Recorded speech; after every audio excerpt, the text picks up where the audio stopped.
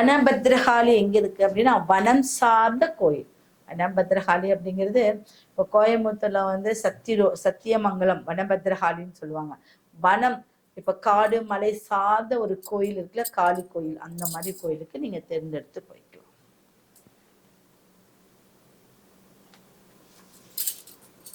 அடுத்தது நம்ம வந்து குரு திசை.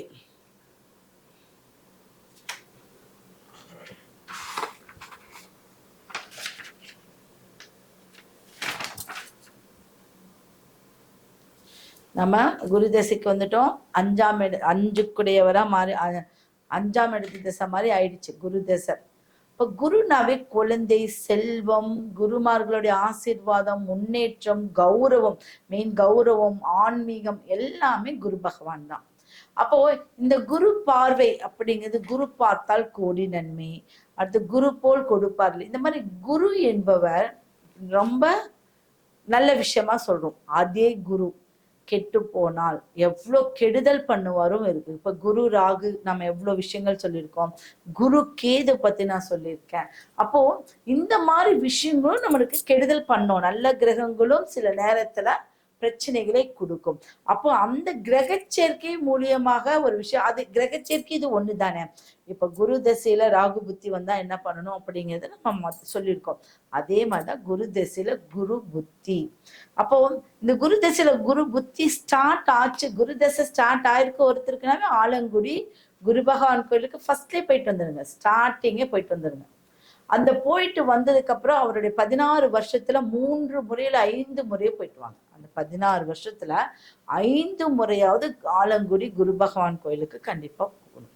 சரி, குரு தசையில குரு புத்தியில குரு பகவான், ஆலங்குடி குரு பகவானுக்கு அர்ச்சனை செய்ய வேண்டும்.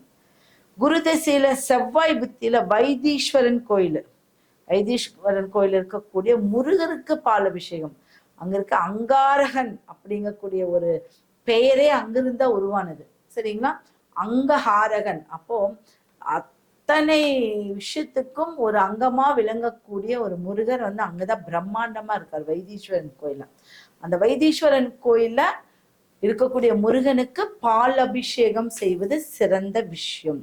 குரு தசையில ராகு புத்தியில காளஹஸ்தியில பால் அபிஷேகம் அதெல்லாம் நம்ம பண்ண முடியாது, அந்த க்ரௌடு அதெல்லாம் நார்மலா.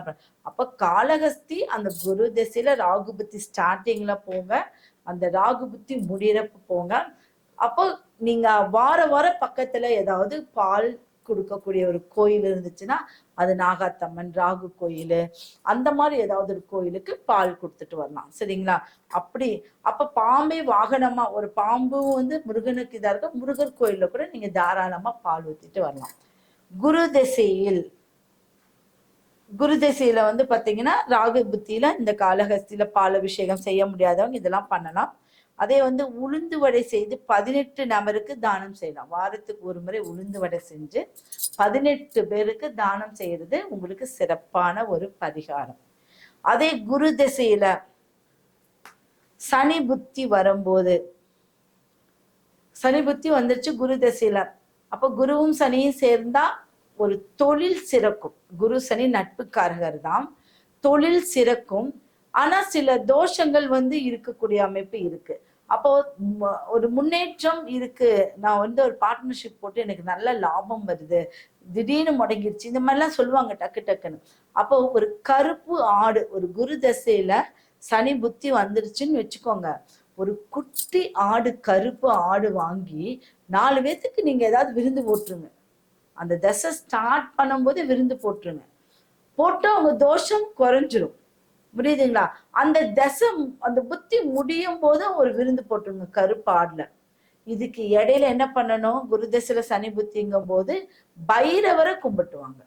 அவ்வளவுதான், சிம்பிளான விஷயம்.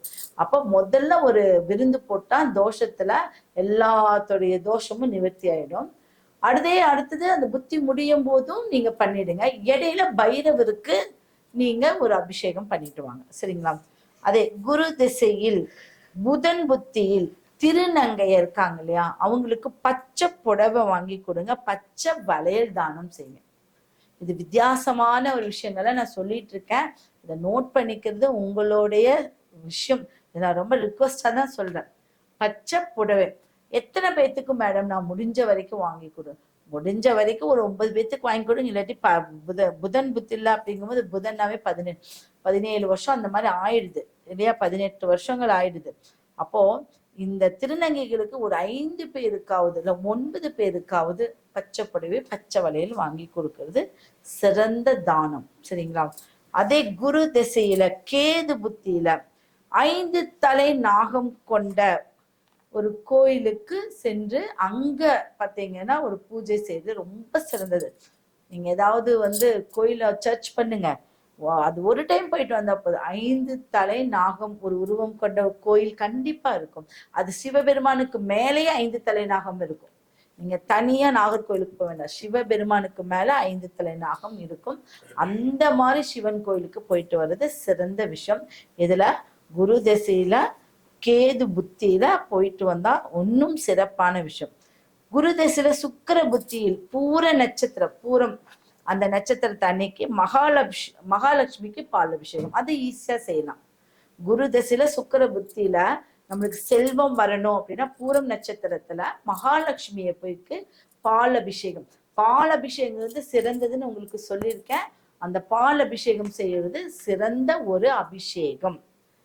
அதே குரு திசையில சூரியனுடைய புத்தியில சிவன் பார்வதி முருகர் கணபதி உருவப்படம், சிவன் பார்வதி முருகர் குடும்ப படம், அவங்களுடைய குடும்பம் கணபதியும் முருகனும் சிவன் பார்வதியும் இருக்கக்கூடிய குடும்பத்துடைய படம்.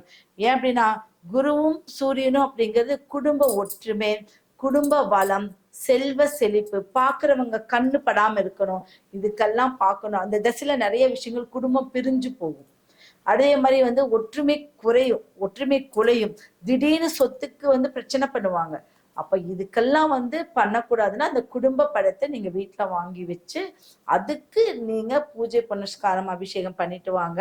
அப்போ வாரத்துல ஒரு முறை அப்படிங்கும் போது ஞாயிற்றுக்கிழமையா பார்த்து ஏதாவது தானம் பண்ணிட்டு வரும்போது இன்னும் சிறப்பான ஒரு விஷயம். அதே குரு திசையில சந்திர புத்தி பார்வதி தேவி சிவன் பார்வதி தேவி இருக்கக்கூடிய ஒரு படம், அது இந்த குடும்ப படத்தை இவங்களுக்கும் நீங்க வச்சு பார்வதி தேவியோட மந்திரத்தை சொல்லிட்டு வாங்க. அந்த சந்திரன் குரு என்ன, குரு சந்திர யோகம். அப்ப குரு சந்திர யோகத்தை கொடுக்கும். அந்த யோகம் வந்தா என்ன பண்ணும், நல்ல நல்ல விஷயங்கள் நம்ம வாழ்க்கையில நடக்கும் அப்படிங்கிறது அந்த விஷயம். அப்ப பார்வதி தேவியார் நம்மளுக்கு நல்ல விஷயத்த கொடுக்கறதுக்கு பார்வதி தேவி தனியா இருக்கக்கூடிய ஒரு சிலையும் படமும் வாங்கிக்கலாம். இல்ல குடும்ப படத்திலேயே பார்வதி தேவியோட மந்திரத்தை மட்டும் நீங்க சொல்லிட்டு வர்றது சிறப்பான ஒரு விஷயம். சரிங்களா? நம்ம குரு திசையில 9 புத்திகளுக்கும் என்னென்ன பரிகாரங்கள் அப்படின்னு பார்த்துட்டோம். என்னுடைய நம்பர் 9944555797 9994305580. இந்த நம்பருக்கு நீங்க கால் பண்ணுங்க. இதுதான் என்னுடைய வாட்ஸ்அப் நம்பரு. நீங்க உங்களோட அப்பாயின்மெண்ட்டை நீங்க சூப்பரா நீங்க தெரிஞ்சுக்கலாம், உங்களுடைய ஜாதகத்தை தெரிஞ்சுக்கலாம். வாட்ஸ்அப்ல நீங்க டேட் ஆஃப் பர்த் போட்டாலும் அப்பாயின்மெண்ட் வாங்கிக்கலாம், இல்ல போன்லயே அப்பாயின்மெண்ட் வாங்கிக்கலாம், இல்ல நேர்ல நீங்க பார்த்துக்கலாம்.